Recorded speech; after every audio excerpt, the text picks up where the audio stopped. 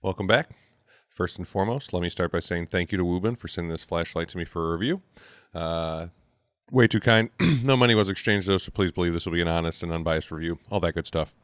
With that being said, let's get into it. The flashlight, 12,000 lumens.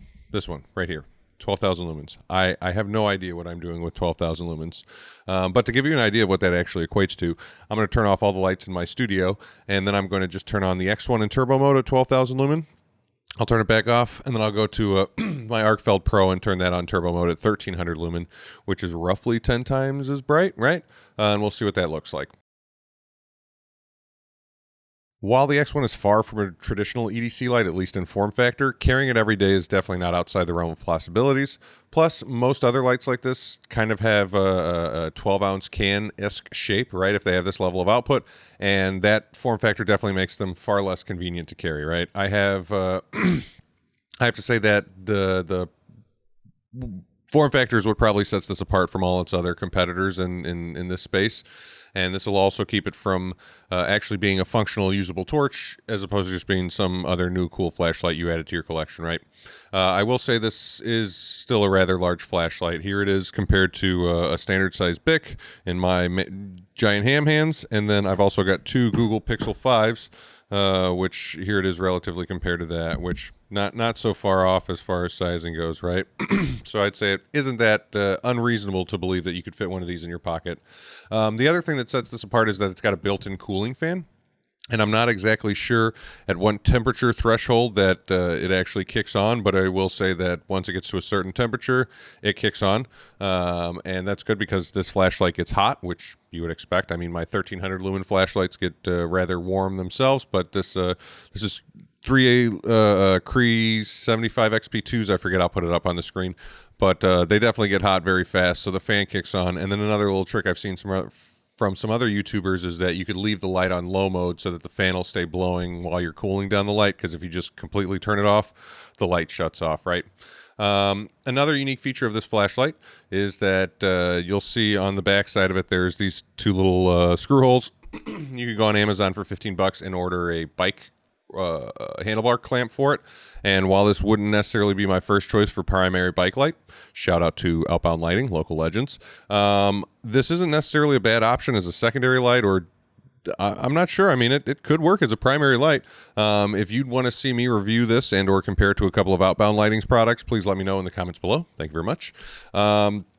This flashlight also features some of the things you might expect it to have. Beyond the turbo mode, there's low, medium, high, all that. They've got a turbo mode, the strobe mode, there's an SOS, and there's a lockout.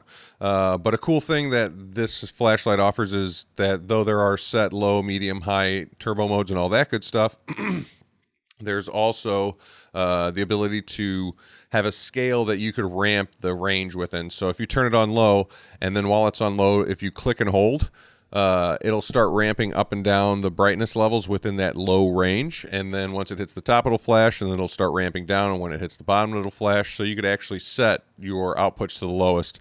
Each one has its own little range. For the most part, I'm guessing most of them I'll probably leave at their lowest setting. High I'll probably put to the 3000 lumen setting, and then turbo is just turbo. Also, if you end up screwing it up, you could, if the device is locked, which from off, 4 presses will lock it, 4 presses will also unlock it.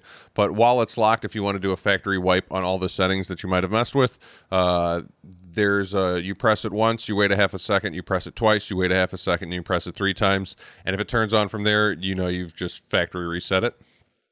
Another thing about this light that makes it a little bit different, I'll call it a con, kind of. Again, this is one of those pseudo cons I've talked about where you can't hot swap the batteries, and there's an asterisk to that because, yeah, technically you could. You just have to screw off these 4 bolts, but there's a couple of springs under this base plate that are very strong and under quite a bit of pressure. So if you do take the base plate off, it will go flying potentially. So that's why you'll actually read on the bottom, it says do not disassemble from Wuben themselves. So I'm assuming if you need to replace the batteries inside of there after prolonged discharges and recharges, you absolutely could, but they'd probably want you to reach out to them to facilitate it, or your mileage may vary. Do it at your own risk. It does come inside of here is two 21-700, 4,800 milliamp battery cells, so quite a bit of charge to it. I think that just shy of 10,000 milliamps, right? 9,600. Yeah, that maths. They also have a rubber grommet blocking. I don't know if they'd call this a grommet. A little rubber stopper. I don't know the proper term for it, blocking your USB-C port.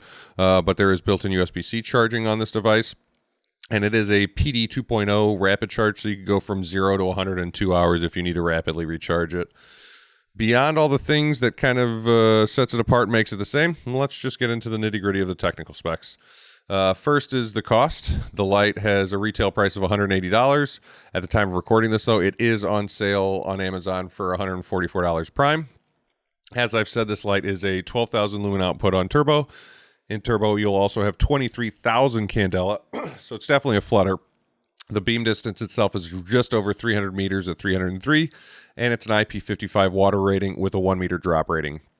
There's a eco mode below the low mode, and the runtime on eco mode fully charged at 20 lumen is 9 days, just about 220 hours, so just over 9 days actually. With battery, it weighs in at 379 grams. Excuse me. Weighs in at 128.5 millimeters long, 56 millimeters wide, and 28 millimeters tall. I would have to say that this is probably a blessing in disguise, right? If you're looking for a flashlight that has a high output, good flood, and could light up an entire neighborhood if you wanted to, I think this is a great choice. I think the reason I would pick this over some other flashlights is literally the form factor, right? The soda can, giant flutters. I don't know. I don't know how you carry that other than in a bag. And if you wanted to bring a flashlight with you while you're walking your dog or something like that, or maybe you're just out for a stroll at night, I easily see the Wuben X1 fitting in your pocket. It would be minorly cumbersome, but only that much more than like I showed before if you had both of my cell phones in the same pocket, right? So it definitely does weigh that much more than them combined, but it could fit in your pants. You could walk your dog, and then if something went wild or you just needed to make it daylight in the middle of nighttime, you'd put it on turbo mode or SOS and blind what would be a nefarious actor. So would I buy this flashlight? Absolutely. It wouldn't necessarily be my first choice for a primary flashlight, but if you're looking for a high output flutter, this is definitely a great choice. Thanks. Carry on.